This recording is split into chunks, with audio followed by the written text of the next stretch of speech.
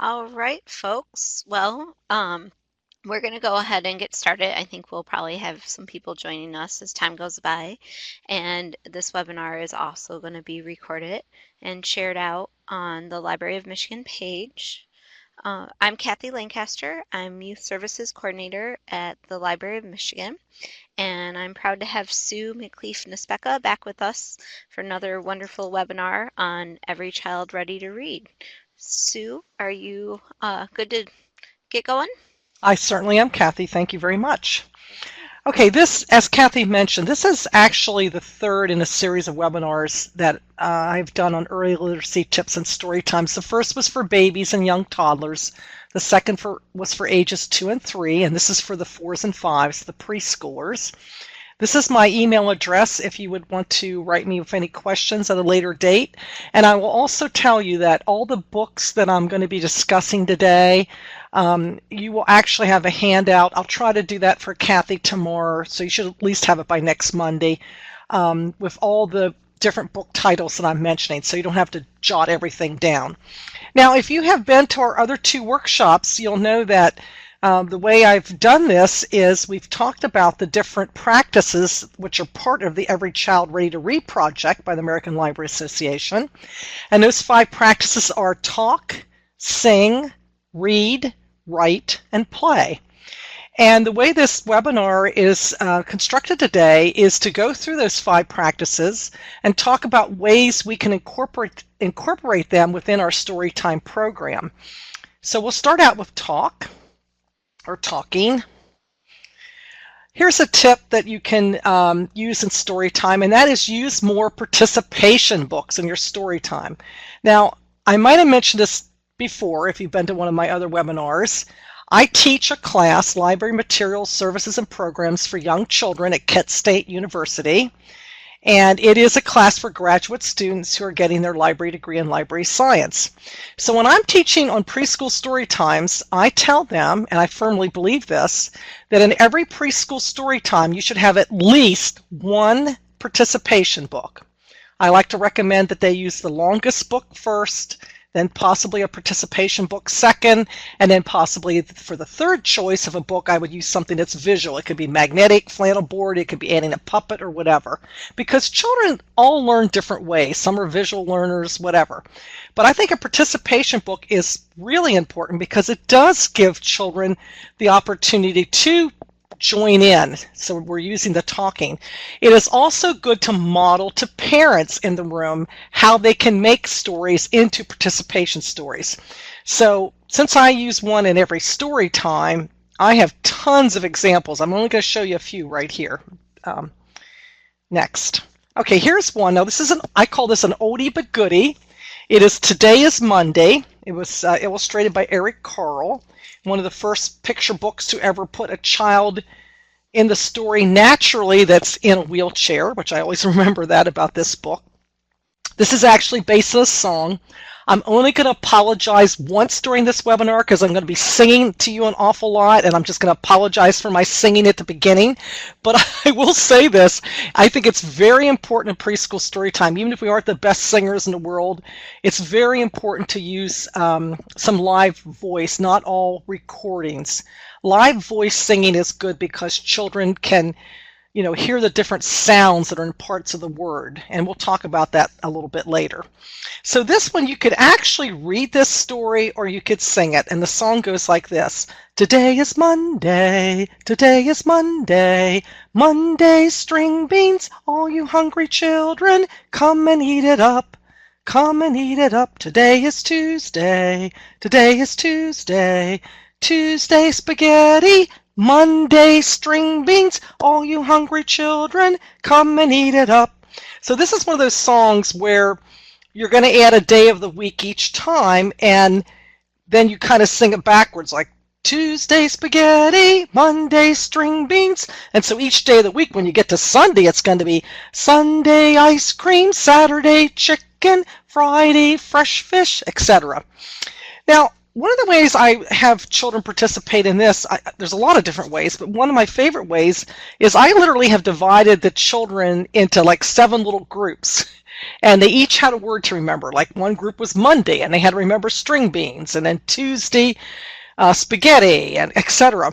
And so when we got to that part, I would go Monday, and they would have to say string beans. They would have to add it in. So you could either sing it or read it or whatever, but they would get to participate by listening for so it's good for listening skills. They're listening for the day of the week, and then putting the word that they have to remember there for that day of the week. They would add it to the story or the song.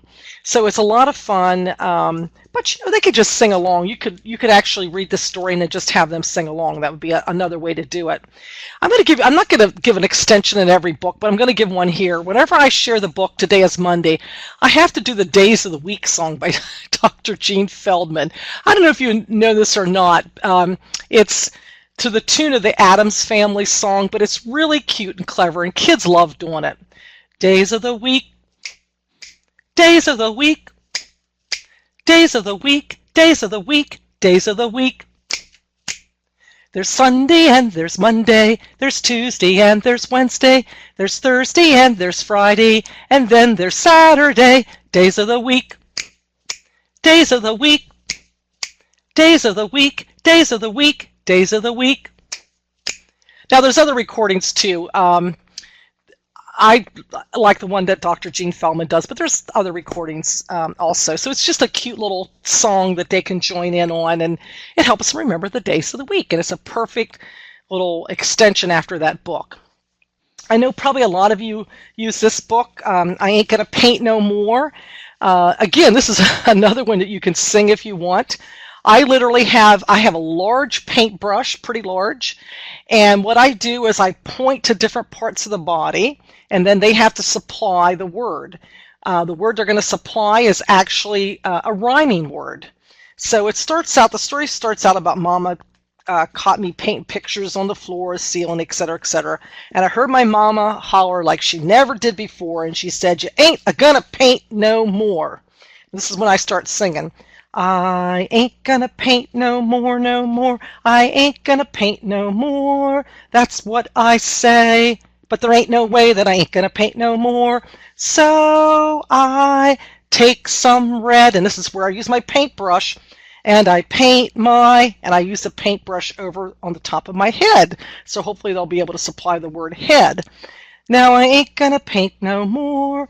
Oh, what the heck, gonna paint my, and that's where I'm painting my neck. Now I ain't gonna paint no more. So it's just a clever way to have them participate. The paintbrush is just like a little prop to point to the body parts so they can join in. Another participation story. Now I want to mention this. This is a book that is not so obviously a participation story. So what I want to show you is how you can make a book like this into a participation story. Now this book, it's a little hard to do doing this in person, but I'll do the best I can. This is Chuck, the first page says, and we see a farmer there walking along with a hoe and a bucket of eggs, actually. This is Chuck, and this is Chuck's truck, and you see him sitting in his truck. Chuck rides in his, and then I pause and I point to the very large illustration of the truck. So hopefully they'll say the word truck. And then I continue. The duck Luck rides in the, point to the picture again, truck, that's right, with, and then I point to the farmer, Chuck, that's right. Next page, the chicken that goes, and I move my hand to make it look like a chicken clucking. So now I don't do it for every rhyming word, but just occasionally you could figure out what's comfortable for you. But it's a way to turn a book that is not normally thought of as a participation story into a participation story. Let's continue with talking.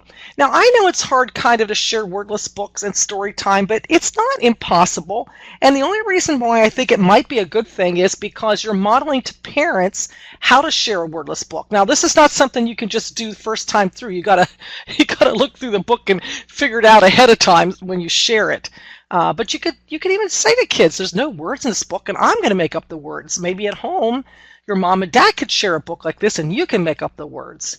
So then we have a ball for Daisy, which of course was that Caldecott won the Caldecott Medal for Chris Roshka, and it's a story about a dog and his favorite ball and how it gets destroyed by the bigger dog, and of course he's dealing with loss, but it does have a happy ending. So that's one that you could talk through the pictures. Another very popular one for preschool is Flora and the Flamingo, which it was a Caldecott honor, by the way, and it has interactive flaps, and it's basically the trials and joys of friendship that are shown in the pictures through dance.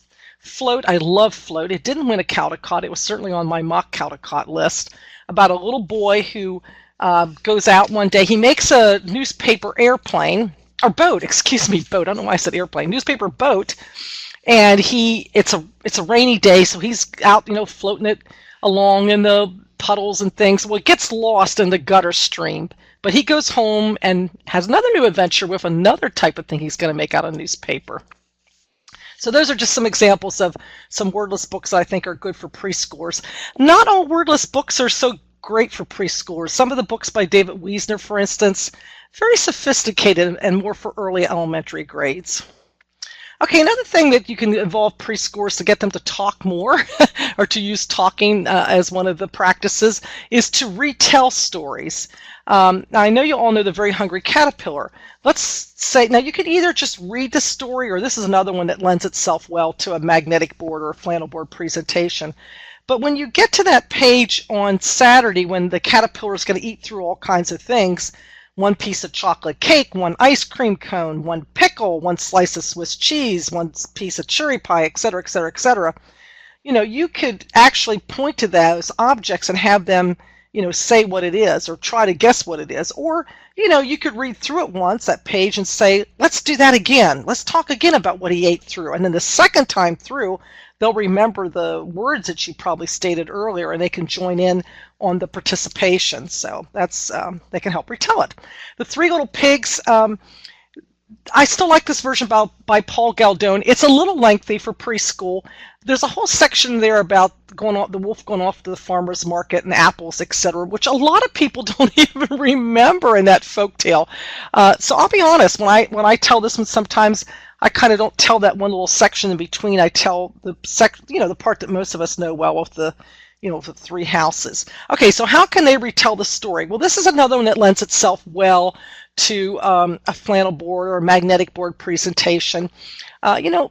I think I might have said this in one of the other webinars. Don't be afraid to share a story twice. Maybe you share it once, with a book, and then say, let's tell this story again, but this time, why don't you help me tell it? And then you're putting the pieces up and pointing to different things, and they can actually join in and kind of help retell the story. Let's move on to singing, which is our second practice. One of the things, and I alluded to this before, which I'm going to mention now, why singing is so good for kids in relation to early literacy is that it helps so much with phonological awareness. And the reason why is because for every syllable in a word, there is a different music note if you were singing the song. For instance, in the song, Mary Had a Little Lamb, Mary, two different notes, had a little lamb. Now that's the same note if you see it written on a music score, but you're seeing three different notes. So when you're singing songs, literally what you're doing is breaking the words apart into syllables. And that's all important for phonological awareness. That is a huge thing for kids to help them with phonological awareness. Phonological awareness is so vital for children learning to read. So singing songs is good. Now, why I'm saying singing silly songs, that's another part of it. Silly songs, kids love to sing and to hear music and to hear songs. And the silly songs is just going to add to preschoolers love humor. It's just going to add to the humor and get them really listening and getting involved in the story. I'm sure a lot of you know Little Bunny Foo Foo. Little Bunny Foo Foo, hopping through the forest, scooping up the field mice and bopping them on the head. And then down comes that good fairy, and she says, Little Bunny Foo Foo, I don't want to see you scooping up the field mice and bopping them on the head. I'm going to give you 3 chances. So, of course, that's a silly song told and sung by the good fairy. as it says on the cover. Another silly one is John Lithgow. John Lithgow, of course, was on some TV shows, Third Rock from the Sun, I don't remember what else. I know him more from Broadway. He's been in an awful lot of Broadway productions. And of course, he's written many children's books. And this one's just silly. And I so much wanted to play you the tape. Kathy and I tried to work this out. It just didn't work. So I'm going to have to sing it. But please go back and put in John Lithgow and I Got Two Dogs and listen to him do it on YouTube, because when he sings it, he sounds exactly like a dog howling, and it's so funny, it's wonderful. So you could even play the CD, I guess, if you wanted to in a story time. I got two dogs, Fanny and Blue. Bet you kind of wish you had two dogs too. Fanny's all white, Blue's kind of gray. They never ever fight and they never run away. They're not too smart, but they're loyal and true. That's where he howls. I can't do it. Oh, there's nothing I'd trade for my Fanny and Blue. I really can't do justice to that song. He is just so good at singing it. Yes, it's It a sounds very like fun too. it is a lot of fun. It's this very silly song. Okay, let's move on to another category, which is different words and the same tune. So we're going to add different words to a certain tune that's going to be familiar to kids, like the seals on the bus go erp, erp, erp, erp, erp, erp, erp, erp, erp. The seals on the bus go erp, erp, erp, all through the town. And there's all different animals on the bus.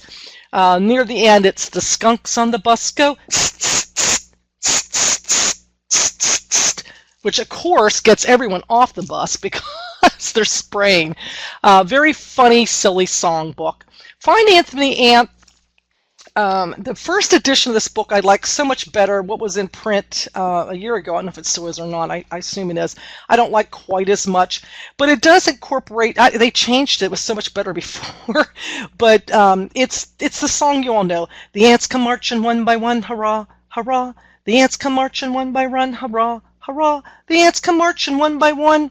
And Anthony stopped to eat and then you see a picture of a plum. A plum. This is all rhyme too. To buy bubble gum. Hopefully they can supply that word. To beat and I know they're going to know what a drum is. Drum. And they all go marching round and round and in the ground. Okay, you know that one. Another tip for the singing is singing songs with letters. And that's, of course, important. We talked about that in relation to Chicka Chicka Boom Boom. But here's another song. I guess a lot of you know this. And now when you're doing these songs with letters, I would definitely buy some large magnetic letters if you can, or make them. You can just cut them out of heavy poster board, bright colors, put a little bit of magnetic stripping on the back. They will stick onto anything that's metal, like a large metal cookie sheet. But you put the letters up, and you can. So when you're singing the song, and you can hold up the book, but while you're doing that, you can be pointing to the letters. So that's going to help kids with letter knowledge. A, you're adorable. B, you're so beautiful. C, you're a cutie full of charm.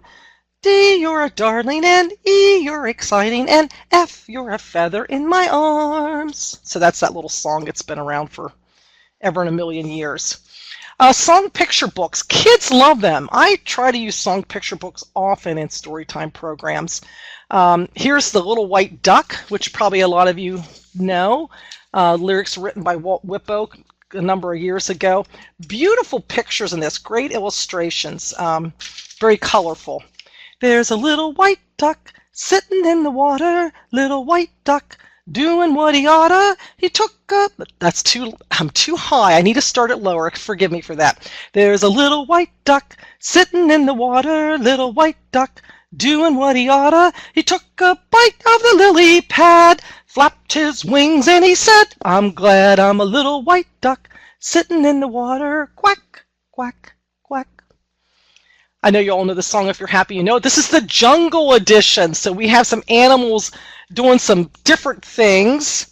You go through the whole book, and I like it in the back. The back 2 pages show all the verses, so you can put the book down and act them out if you want. But just some different things, like the monkey. If you're happy and you know it, scratch your fur. Or the snake. If you're happy and you know it, blink your eyes. And the ape. If you're happy and you know it, beat your chest, the frog. If you're happy and you know it, jump up high. So it's the jungle edition. It's kind of cute because, they know the traditional song, and so adding it to the jungle edition makes it really nice. This is one of my favorite songs. I've always liked this one so much. It was written by Tom Paxton. The only thing I'm not happy about is that this book wouldn't exist if it weren't for me. So I really think Tom Paxton should have should have dedicated it to me, but instead he dedicated it to someone else. I think it's Christopher or whatever. Let's see. Yeah, for Christopher. He should have dedicated it to me. I saw Tom Paxton. This is many, many, many, many, many, many years ago. He was performing somewhere, and I went up to him afterwards because I always loved this song, and I so much wished it would be in like a picture book because I wanted to hold up the picture book in a story time program and sing the song. So I went up to him and I said, "Have you ever thought about making this into a picture book?" And he said, "Huh?" Like he didn't even know what I was talking about. I swear he didn't know what I was talking about. So I started explaining to him how there's a lot of, famous songs that are done in picture books and how good they are to share in libraries, et cetera, et cetera. And he just looked at me and said, "That is a great idea. I never thought of doing that. I'm going to have to look into that." And sure enough, about 2 years later, wouldn't you know, there it was. So he would never thought of if I wouldn't have told him about it. I was glad to have the book, but I still thought I should have got some credit. Just joking, but still. Love this one. And this is one that's great for participation also. So here's another thing. It's a song picture book, but it's good for participation. So a good, what I would call a good third story in story time when they could be getting a little antsy, so we're going to get them up and get them moving. Daddy's taking us to the zoo tomorrow, zoo tomorrow, zoo tomorrow. Daddy's taking us to the zoo tomorrow and we can stay all day. We're going to the zoo, zoo, zoo. How about you, you, you? You can come too, too, too. We're going to the zoo, zoo, zoo. And here's the part they act out. There's all different animals, and they can act it out. See the elephants with the long trunk swinging, great big ears and long trunk swinging, snuffling up the peanuts with the long trunk swinging, and we can sing all day. Now, you can actually find this recording on a Tom Paxton tape, of course, if you want. But my favorite, actually, this is what he gets for not dedicating the book to me. My favorite is actually on the Peter, Paul, and Mary recording, which is called Peter, Paul, and Mommy, because it's their recording that has all children's songs on it. And it's really great. You can read it, sing it, play the CD along with it.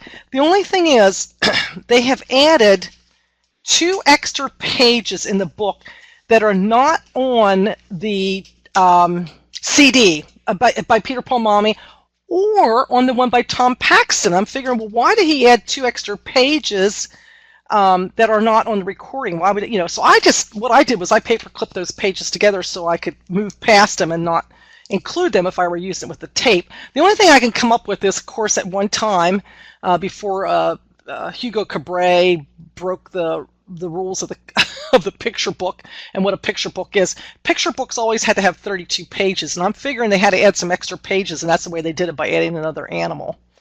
Okay, moving along for singing. Singing alphabet to Mary Had a Little Lamb. I just wanted to point this out because a lot of times when we sing the alphabet song, A, B, C, D, E, F, G, H, I, J, K, L, M, N, O, P, L, M, N, O, P. It's so fast, kids don't understand that's distinct letters. So one way to avoid the L, M, N, O, P controversy is to sing it to a different tune. A, B, C, D, E, F, G, H, I, J, K, L, M, N, O, P, Q, R, S, T, U, V, W, X, Y, Z. Just a little tip there. DAP music activities. What's DAP mean? Well, DAP means developmentally appropriate practice. And developmentally appropriate practice means doing activities that are appropriate for that age child. So what are some appropriate music activities? Well, using all different kinds of musical instruments, I'm sure you know that. Kids love playing those. Dancing with streamers or scarves. And Kathy, I noticed this after I sent you the 3rd revision of this of this PowerPoint. I noticed I had streamers twice. Kathy's saying you can also sing it to the Twinkle Twinkle tune. Thank you, Kathy, for adding that. That's another good suggestion. That's the alphabet I'm sure she's talking about. Okay, dancing with streamers or scarves. Using a parachute, kids love that. You can play music and bounce things in a parachute. Bean bags, I'm sure a lot of you probably used egg shakers. Freeze songs are great because, you can play them and the kids have to freeze. I like to use freeze songs that involve animals because the kids are making different animal motions or whatever, and then they have to, when the music pauses, they have to stop in that particular frozen position, which is a lot of fun. Echo songs are wonderful for preschool, where you sing a line and they have to, sing the line, like you sing a line, then they repeat that line, and you sing another line, they repeat that. I was trying to think of a good example one, and I hope I remember the tune. The other day, they would echo, I met a bear, a great big bear, away up there, away up there. Anyhow, that's an example of like an echo song where they're echoing after you. But there's a lot of echo songs. You can find them in a lot of different recordings. Okay, let's move on to the third thing, which is reading. Now, this is a tip I want to share. When the researcher who wrote, well, there were two researchers who wrote all the materials for the Every Child Ready to Read project. One of them, Dr. Susan Newman, is probably, I would say, the most famous educator in the U.S. in regards to early literacy. This is her field. She's published extensively in it. And after she developed the materials, she was presenting at some library conferences. And I heard her speak a couple times. But one of the things that she was stating was how she wished more librarians would use nonfiction books now and then in their preschool programs and present some actual fact books. And I think that's a very important thing. You can share some actual nonfiction books, just got to make sure they're kind of on the preschool level. But the other thing you could do is share some books that probably are just cataloged as picture books, but they have incredibly wonderful facts in them that can lead into a little bit of a discussion that you can, share some tips. For instance, Jane Yolen, How Do Dinosaurs Stay Safe? I know you all know this dinosaur series of books, but we can give some little safety tips after this, and we can do some little safety finger play rhymes, etc., like the red light, green light, or whatever. Here's another one, sea bones. Now, sea bones has a lot of different little fishy facts in it. Talks about vertebrates and invertebrates and endoskeletons and exoskeletons, and but done in a very simplistic way for preschool. And it has this wonderful underwater informational chart. I love this book. I don't like snakes. Of course, the don't is crossed out because at first she doesn't like snakes. She's the only one in her family who doesn't like snakes. But by the end of the book, they actually convince her, the family convinces her that snakes aren't so bad after all. So that's why we have the don't crossed out. But in this book, kids actually learn some facts. For instance, the snake actually wriggles out of its skin. When they shed their skins, they wriggle out of its skin the way you would pull your foot out of a sock, which leaves the old skin inside out. And then some other things, like they have fangs that are hollow, kind of like a doctor's needle, which injects venom, and they can strike like lightning.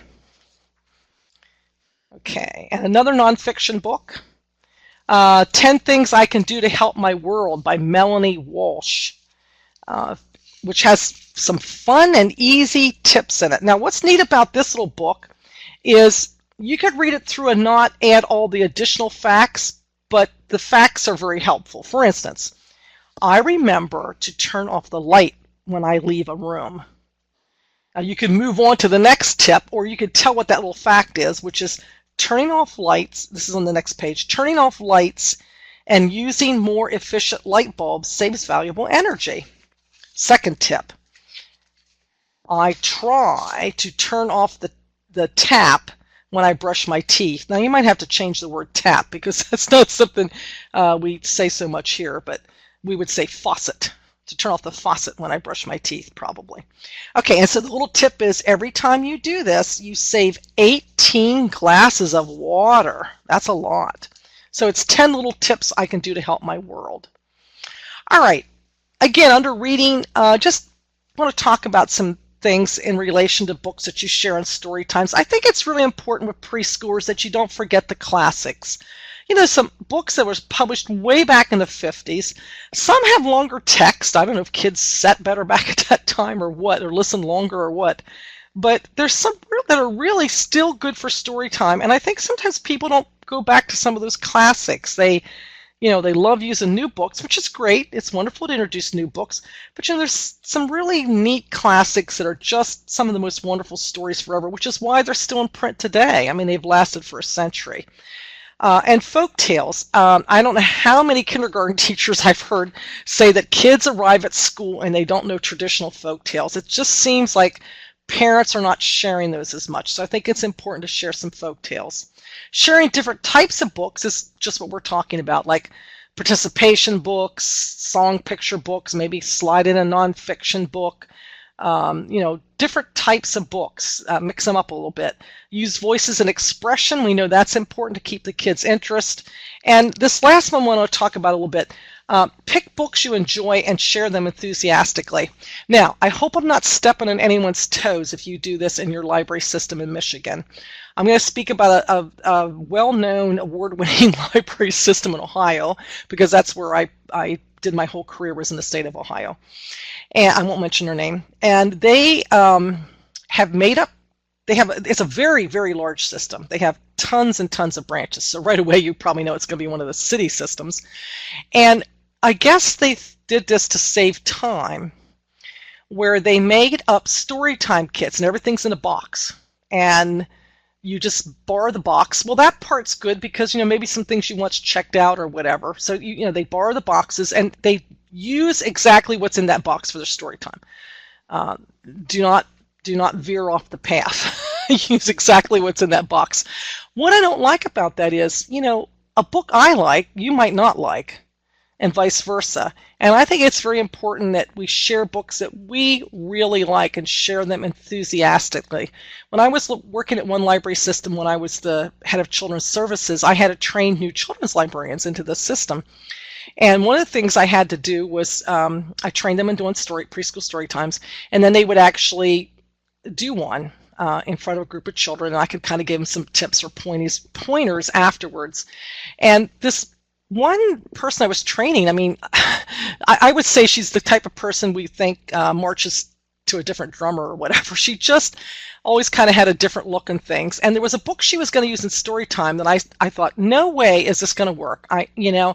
And unlike me, I kept my mouth shut because I thought, well, let her try it. She'll see it's not going to work, and then we'll talk about afterwards why it didn't work. I mean, you couldn't see the illustrations. I knew right away the kids were going to say, teacher, I can't see, or whatever. I just was sure it was going to flop. There was no way it was going to make it, and it did. Why? Because she loved the book and she shared it in such an enthusiastic way. I don't think the kids even looked at the pictures. So it's hard for us to maybe dictate stories that others can use in a story time, because we want to pick books that we like. If we're enthusiastic, it'll get the kids involved and get them enthusiastic. Okay, we're going to start out with some classics. Here's an example of one that's from way back in the 50s, Corduroy, but still nice story for even today, about the teddy bear who's in a toy store just waiting for someone to take him home so he can be their special bear. And no one buys him day after day after day because he's missing the little button on his shoulder strap. And that night, after the store closes, he goes and tries to find it. He tries to get this button off a mattress, which mattresses used to have buttons like that. Anyhow, it has a happy ending, of course, because he is the little girl takes him home and she sews a button on him. So Harry the Dirty Dog, when I've used this in my graduate library class, a lot of students didn't. They said, oh, kids would never understand what a coal chute is. So what if they don't understand they'll understand what it is when you talk about in the story, why not introduce them to what coal chutes were? I don't think that's a problem. But the story is about Harry, who's a white dog with black spots, but he didn't like getting a bath. So one day he hides his scrubbing brush and he goes off for adventures, and he plays where they're fixing the street and gets dirty, plays at the railroad and gets dirtier, plays tag, with other dogs, becomes dirtier still. And here's the part where he slides down a coal chute and gets the dirtiest of all. In fact, he changed from a white dog with black spots to a black dog with white spots. And supposedly, the kids and the family do not recognize him when he gets home until they give him a bath again. Caps for Sale. I'm sure some of you still use this. I mean, what a classic. This is a great one to get the kids up, have them participate. When you get to the part where he shakes his finger, I shake mine, the kids shake theirs. My favorite part is I would literally put the book down when he shakes his fist and stamps his feet, and I would be jumping up and down, shaking my fist and stamping my feet, and the kids just couldn't believe that an adult was doing that, and of course they love doing it too. So it's a classic that's just great. So is the Gruffalo, about the little mouse who's walking along in the forest and all the animals want to eat him. He scares them off by telling them about this imaginary creature, a Gruffalo, but it turns out the Gruffalo is actually real. So how is the mouse going to escape from him? He does. But that's another one that's been very popular for a long, long time. Another classic one, Trashy Town. This has been out since the 1990s somewhere. Again, great story to get kids involved. It'd be another way to participate. The recurring rhyme is, dump it in, smash it down, drive around the trashy town. They will love joining in that rhyme. Kathy says, I love using Caps for Sale flannel board. What sort of ways do you retell that classic? I think she's asking for some participation there, I imagine. It is a great one for flannel board and mag board. Okay, moving along. Trashy Town, again, they can join in that one. Bark George, another one I think a lot of people probably tell. Another good one for participation. And there's a lot of different ways that people, I've seen so many different ways people present this one. Flannel board, magnetic board. I actually had, this is so hard to explain. I had a dog, which I had a kind of like a laundry bag pinned to the one side of him where the kids couldn't see it. And so I would actually have the things look like they're going through his mouth, but I put him like sort of inside the laundry bag in the back, so it looked like he was eating the different creatures. But there's tons of different ways to tell that one too. Olivia, oh, the famous pig. Everyone knows about Olivia. Falconer also wrote these books because he had a niece named Olivia, and he was trying to write, a story for her that she might enjoy. She's a very individualistic pig, and of course, kids usually like those a lot. I don't think I have to, but I'm just saying. Again, don't forget some of these. They might be been around for a little while now. The pigeon's been around for a little while, but still kids love joining in and saying, no, the pigeon can't drive the bus, or I'm the biggest thing in the ocean. Kind of a sick tale if you think about it. The giant squid is going along eating everything up because he's the biggest in the ocean until a whale eats him, and then you find out that he's not the biggest thing, and then he looks around inside the whale and he says, well, at least I'm the biggest thing in here. I think what's kind of funny about this is everyone that's been eaten up has smiles on their face, the fish and the turtles and everything. When I first bought this book, and I really don't know if they really still have this or not, but it had little clings, like bathtub clings or whatever, in the back of the book, which you could use, and you could actually make them into like a magnetic board story, which I thought was so cool. Stephanie says she's definitely used the pigeon. Oh, yes, everybody loves that one. Dinosaur versus the Library. We could actually talk about story times in this one, another oldie but goodie, where he's roaring in story time, and but then has to do a kind of a quieter roar during story time. A lot of fun in that one. The Three Little Fish and the Big Bad Shark is another great book to have kids participate. Because they can join in on the repetitious phrases. Let me get to the page here.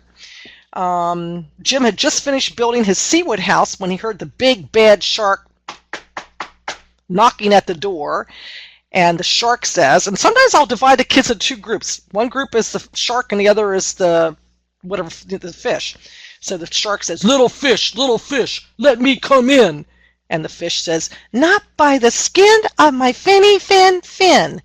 And then everybody loves saying this line, then I'll munch and I'll crunch and I'll smash your house in. That's another great one for a flannel board or magnetic board. Watermelon seed. One won a Geisel Award about the crocodile who.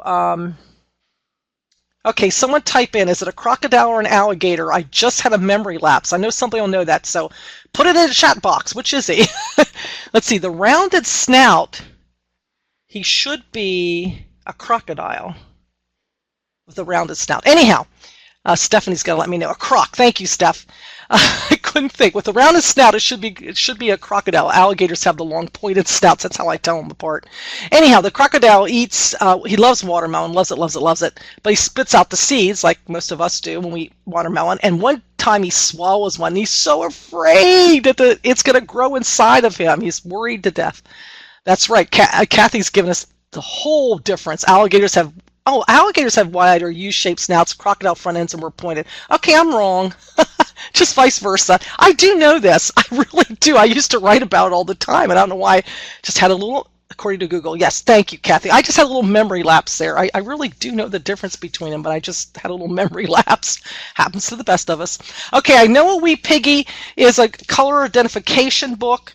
But this is another one that you can, if you want, you can actually, you don't have to, but you can sing this one too. But it's a great one where the kids can join in then if you're singing it, or they can name the colors. The other thing I've done is I hold up, like I'll just even have a circle of different colors, like one red circle, green, blue, whatever. Hold it up so they can join in. But if you want to sing it, it would go like this. I know a wee piggy who wallowed in red. Hoof to head, he wallowed in red. He wallowed in red to go with the brown. Upside down, he wallowed in brown.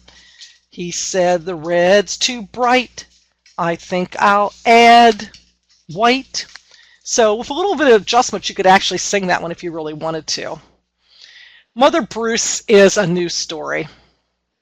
I just love this book about the bear who really doesn't, well, he's kind of doesn't like people, not people, he doesn't like to be around anyone too much. Keeps himself, let's just put it that way. But he loves eggs, so he gets out and gets eggs. Someday he's going to make himself a wonderful egg dish. And before he can use the eggs, they hatch into goslings. And they think Bruce is their mother. And he tries everything to get rid of them, to get them to go down south in the winter. None of it works out. Very humorous story. There has been a sequel since. I don't like the sequel as much as this one, but it is just a fabulous, fun story. Okay, let's move on to writing and some tips in relation to writing. One of the things we know for kids is that writing develops from scribbles, then they learn to write letters, and then, of course, eventually sentences. So what are some things we can do to help with writing? Well, one thing is we can point to repeated words in books and have the child join in. For instance, Drat That Fat Cat. If you look at that book in very, and I mean very large letters that repeats throughout the story, it goes, no, he was not. Because they'll ask you a question, and each time the kids have to say, no, he was not. Now, you can point to those very, very, very large letters in the book, or I even blew them up even bigger and put them on, poster board and used a paint stick or a tongue depressor, whichever one you want to do, and attach it to the back so I could hold it up and they could really see the words. No, he was not. So they're starting to learn that those scribbles mean something, that they're actual words. That's a wonderful thing to introduce them to. Same with Mo Willems. That is not a good idea. I won't tell this whole story, but just to let you know that one thing, and by the way, I will say this about this book. The first 2 pages is a wordless double-page spread. So when I went to tell the story to kids, I thought, well, I hope they get what this wordless spread's about. So I just added some words, and this is what I added. I actually wrote it in the book. It's my book. I can write in it. One day, a fox was walking down the street when he saw a duck. What luck, he said. Dinner. And then all the rest of it is in the book, of course. Excuse me, would you care to come for a stroll? Says the duck, sure. And the little chick says, that is not a good idea. And that repeats throughout. That is not a good, and I literally wrote the words on a big check so that they could join in and say that. Early literacy tips in relation to writing, just have kids draw a picture after you've done a story time about what we were talking about in story time today, whether it be dogs or, whatever it is. is a wonderful thing to do. Or you can have them do things like this, like a rebus. This is actually a rebus book. So there's little Mother Goose rhymes in here, like hey diddle diddle, the cat and the fiddle, except the word cat is not there. There's a picture of a cat instead of the word cat. And so kids can actually even help with telling rebus stories. In preschool story time, if the children know how to write their name, if you have name tags, why not have them write their name on name tags? I'm missing Kathy. Which book is available as a Weston Woods video? I didn't see that in time. Okay, she's going to let us know. Okay, so writing name. I got to watch my chat box better. Have them, if they know how to write their name, have them write their name on the name tags. Oh, the Mo Willems one. So that's the that is not a good idea. Okay, great. I love that story too. Another thing is sharing alphabet books and point out letters while reading. We talked about that in relation to chicka chicka boom boom. Have the letters up there on a mag board or flannel board and point to them while you're doing it. There's other books that you can do the same thing, like Alphabet Under Construction, where the mouse is making the alphabet letters and he airbrushes the A and buttons the B and carves the C. LMNOPs, which is a little harder to share in a story time. The P's are all different. They have different professions, but you can. They just made this in a tiny little board book recently, which of course wouldn't be what you'd share in a story time, but you'd share the larger version. But I just thought I'd mention that. Okay, thanks for sharing that, Kathy, that she has the website there that you can, that's not a good idea. Okay, moving on to our last thing for the day, and that is playing, the last of the 5 practices. Okay, one of the things I really like to have kids do is act out some stories now and then in story time. I'm sure a lot of you have done We're Going on a Bear Hunt, but you could also do, whoops, I'm sorry, went too fast there, let's get back. We're Going on a Bear Hunt. Perfect one to act out, where they, are going towards the cave and they have to go swish, swish, swish through the grass and everything else. But there's also another one if you want to use a different one, because they love it so much. Here's a different version. We're Going on a Lion Hunt, and it's the same type of story, but it's just a different version of it. The teacher says, we're going on a lion hunt. Time to put on your safari hats. Time to use your imagination. We're going on a lion hunt. We're going to catch a big one. We're not afraid. Look up what's ahead. Oh, it's mud. Can't go over it. Can't go under it. Can't go around it. We're going to have to go through it. Slog, slog, slog. We're going on a lion hunt. We're going to catch a big one. We're not afraid. Look what's up ahead. Sticks! Can't go over them. Can't go under them. Can't go around them. We'll have to go through them. Snap, snap, snap. So it's basically like the bear hunt. It's just different things that they're climbing through or going over. I like the one that's trees, because can't go over the trees, can't go under them, can't go around them. We have to climb up them. Up we go, down we go, down we go. So there's just a different version of that one. It's kind of a lot of fun. Also, I'm almost 99% certain I mentioned. Oh, this one even says 2s and 3s. I'm sorry. That's another mistaken. All right. I apologize. You think I'd catch all my mistakes, but I didn't. I think probably the reason it says 2s and 3s there is because I carried it over from that last webinar. But this is something that's also good to do with the 4s and 5s, and that's the I Spy game, where I spy something in this room that rhymes with hair, and it would be chair. The kids can guess. So that's something you can do in a program. Let's talk just a little bit about art activities. At one time this was years ago, I've been teaching this class at Kent Library School for, I don't know, since 1990 something, so that tells you how long I've been teaching it. And early on, I always told kids, don't use coloring sheets. There's no artistic whatever, it's just, I have rethought it, particularly since coloring sheets are coloring is so in vogue right now. We even have all these adult coloring books being published, and I guess there is something to I don't know. I guess kids love it, so I guess it's all right. But I think what I'm trying to say here is, instead of just giving out a coloring sheet every time, why not have them do some actual art activities at the end of a story time? And one of the things we have to remember about that is, um, so often people will do like paper bag puppets or something like that, where basically all they're doing is following directions. They'll have pre-cut pieces and they're just simply following directions. I would really encourage you to, yes, you're totally right, Stephanie. Don't be afraid to make a mess. Just warn the parents the week before. That is so true. Or you can even make, since she's saying that, and this is going to be hard to explain, but if you get large garbage bags on the end where it's, like turn it upside down, not the open end, but the closed end, you cut just a circle kind of like for the neck, and then you go down a little bit further in the garbage bag and you cut 2 other circles like for armholes. They literally can put that garbage bag, now this is for older kids, and we certainly wouldn't do this for little ones, but the older ones, you put that over them and it will protect their clothing. But anyhow, it's the process, not the product, which is what I want to talk about. Often I have parents who want everything to be perfect and end up doing the purchase themselves. And that is so true and is such a problem and is a hard thing to handle, particularly in a library. Like say like they are doing a coloring and they'll color their sky green and the parent will like discipline them and say, skies aren't green, they're blue, you know better than that. It's hard to, you don't want to correct a parent, so you have to be kind of tactful how you do that. You can just, I'll tell you what, there's a wonderful book you could share with those in a story time, which maybe the parents will get. It's the Eric Carle book about the blue horse.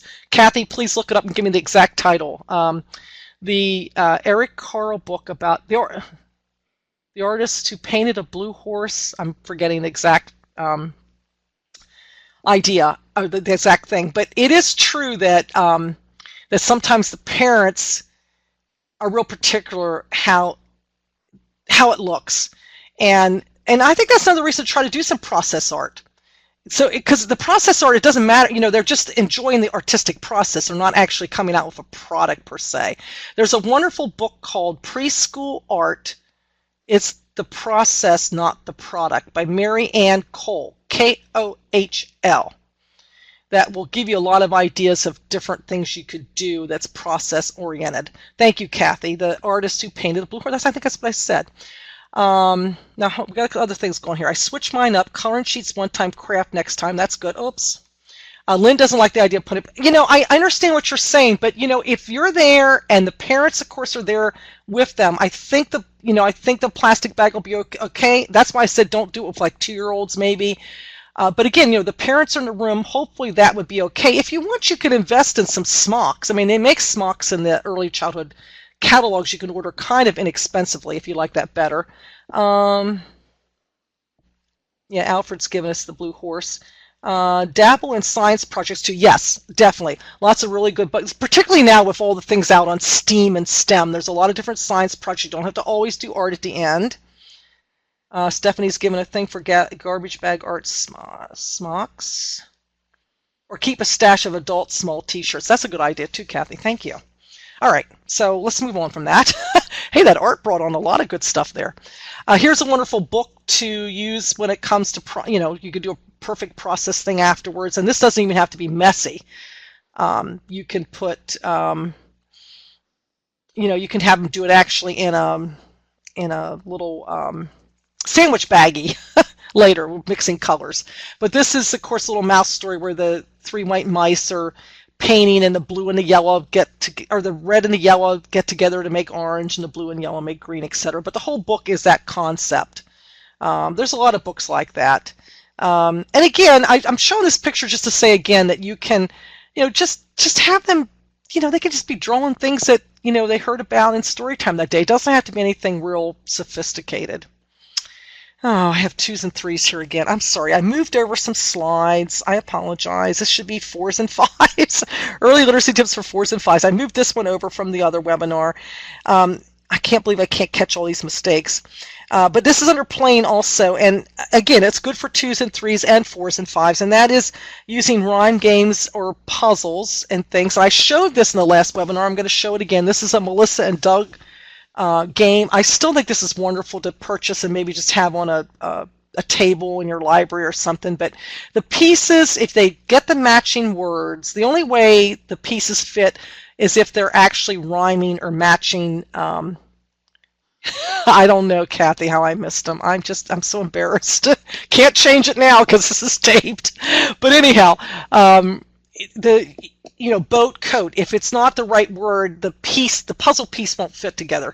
Look up some of those Melissa and Doug things. They have some wonderful things that are great for phonological awareness. They have the same thing for alphabet letters, where they'll have the letter D in one puzzle piece, and then the dog, is another puzzle piece, but you have to have only those two pieces fit together correctly. If you try to put the cat picture there or the hat picture or something else, it wouldn't work. So they have some good things. Again, 2s and 3s, it should say 4s and 5s. I carried these slides over, and I really do apologize. I did change some of the stuff on it, but I forgot to change the heading, so I apologize. Okay, crayons, markers, chalk, colored pencils, different kinds of paper. I want to ask a question here. Thank you, Erin. How many of you and you can raise your hand. Do you know how to raise your hand? Go up there at the top. You can raise your hand. How many of you have little writing centers in your library where you have out like colored pencils and different kinds of paper and things like that? That is a really good thing to do. I can't see anyone raising their hands. Does that? Oh, there's Lauren has. I was going to say, does no one? Oh, a whole bunch of you are. That's really good. If you can, put a little writing center in your library. Just crayons, markers, all different kinds of things, different kinds of paper. Construction paper, just plain white paper, brown paper. Whatever you want. It's really good for them because they will not only be drawing, which helps with the motor skills that eventually help with writing. So even if they're coloring or drawing, that all helps with the fine motor skills that they'll need later for learning how to write. So does playing with Play-Doh, modeling clay, etc. Discount School Supply has a great felt rhyming word set, very hands-on. Thank you, Michelle. I did not know that. And I get their catalog. I should have looked that up. I'm going to make a note for that myself. Okay, great. Yeah, I'm going to see if I can get a copy or buy that. So it's Discount School Supply. Thank you. Okay, so just, pretend play. We're talking about different play activities. Pretend plays, pretend play, and of course block play. And I'm sure a lot of you do the block play, which, like the Legos or the Duplos, or people have all different kinds. Lincoln Logs. I mean, different libraries have different things. Again, how this can tie in well into a story time is they can build things. Like maybe you're doing a transportation theme, and they can actually then after the story time actually use the blocks and make some vehicle or whatever. Okay, a couple more ideas here, and this is my last slide, so any other ideas you want to share? We're getting near the end of the hour, but any other ideas you want to share here? Lynn says, cover the table with black paper and give them chalk to write their names to practice. That's very good. Make a row with chalk and put cars on it. Yes. And that reminded me of another thing, Lynn, when you're saying about that. This is back to the art process thing. And again, I don't know that everyone could do this, but I had before where I had a whole bunch of like little cars, little like race cars and stuff. And the kids, I had like little tinfoil pie pans, tinfoil pie pans with just a little bit of paint in, and they would put the race cars in the whatever paint, and they would run them over this big, long, like butcher paper. They just loved that. So if anybody has any other little ideas they want to share, because this is really the end of the webinar, Stephanie says, I've been making literacy tip cards with each of the practices to distribute. Very good, very good. Each week is a different skill. Pretty easy to punch holes in the corner and put on a shower ring to send home with parents. Yes, that's true. I've seen people do that, Stephanie, also with rhymes, where they made they typed out rhymes and had them on little like poster board cards that were laminated, and each week they had different ones, and the parents would add them to the ring, and so when that session was over, they'd have all these rhymes they could take home in the ring. Great. Nursery. Oh, okay. She says nursery rhymes is the spring session. Well, you're just way ahead of me there, Stephanie. That's great.